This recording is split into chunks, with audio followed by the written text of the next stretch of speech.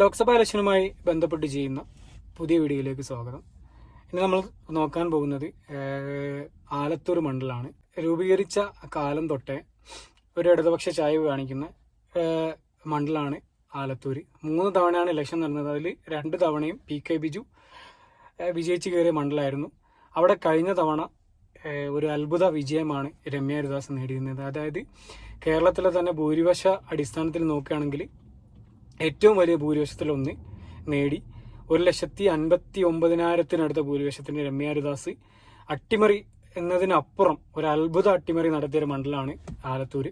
അവിടുത്തെ ഇത്തവണത്തെ സ്ഥിതി നോക്കിക്കഴിഞ്ഞാൽ മത്സരിക്കുന്നത് രമ്യ ഹരിദാസ് തന്നെയാണ്. അതേപോലെ CPM-ന് വേണ്ടി കോൺഗ്രസിന് വേണ്ടി മത്സരിക്കുന്നത് രമ്യ ഹരിദാസ് തന്നെയാണ്. CPM-ന് വേണ്ടി K രാധാകൃഷ്ണനും BJP-ക്ക് വേണ്ടി CN സരസുമാണ് മത്സരിക്കുന്നത്. കഴിഞ്ഞ തവണത്തെ ഇലക്ഷൻ റിസൾട്ട് നോക്കിക്കഴിഞ്ഞാൽ കോൺഗ്രസിന് വേണ്ടി UDF-ന് വേണ്ടി രമ്യ ഹരിദാസ് 52.47% വോട്ട്, അതായത് 5,33,815 വോട്ട് നേടി. CPM-ന് വേണ്ടി PK ബിജു 36.80%, 3,74,847 വോട്ടും. BJP-ക്ക് വേണ്ടി BDJ സ്ഥാനാർത്ഥി TV ബാബു 89,837 വോട്ട്, 8.82% വോട്ടും ആയിരുന്നു നേടിയത്. കഴിഞ്ഞ തവണത്തെ ഒരു കൃത്യമായ ഭൂരിപക്ഷം എത്രയാണെന്ന് വെച്ചാൽ 1,58,968 വോട്ടിനായിരുന്നു കഴിഞ്ഞ തവണ രമ്യ ഹരിദാസ് വിജയിച്ചത്. ഇത്തവണ സത്യം പറഞ്ഞാൽ കേരളത്തിൽ കോൺഗ്രസ് തന്നെ ഞാൻ എൻ്റെ സ്വന്തം അഭിപ്രായമല്ല, കോൺഗ്രസ് തന്നെ പലപ്പോഴും വിജയ സാധ്യത ഇല്ലാന്ന് പ്രതീക്ഷിച്ചൊരു മണ്ഡലമായിരുന്നു ആലത്തൂർ.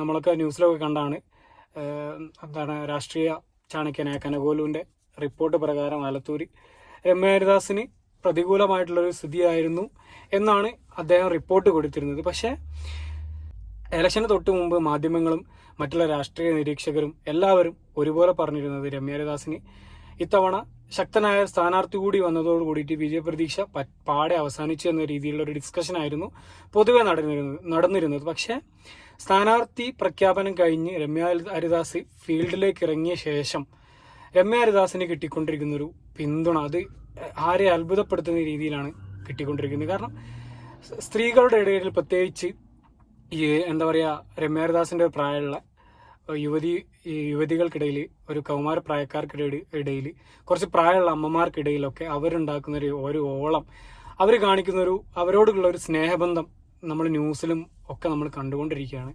അതിന് പിന്നാലെ വന്ന പല സർവേകളിലും, ആദ്യം ഇലക്ഷന്റെ ഒരു 2-3 മാസത്തിന് മുമ്പ് വന്ന സർവേകളിലൊക്കെ രമ്യ ഹരിദാസ് തോൽക്കുന്ന പ്രവചിച്ച പല ചാനലുകളും ഇപ്പം മാറ്റി പറയുന്ന ഒരു സിറ്റുവേഷൻ ആണ് കാണുന്നത്. കാരണം അത് അവിടുത്തെ ഒരു ഫീൽഡിലേക്ക് നോക്കിക്കഴിഞ്ഞാൽ അതൊരു സത്യസന്ധമായിട്ടുള്ള കാര്യമാണ്. കാരണം രമ്യ ഹരിദാസ് സ്വന്തം ഇമേജ് ഉപയോഗിച്ച് അവിടുത്തെ ജനങ്ങളെ കയ്യിലെടുക്കുന്ന ഒരു കാഴ്ചയാണ് കണ്ടുകൊണ്ടിരിക്കുന്നത്.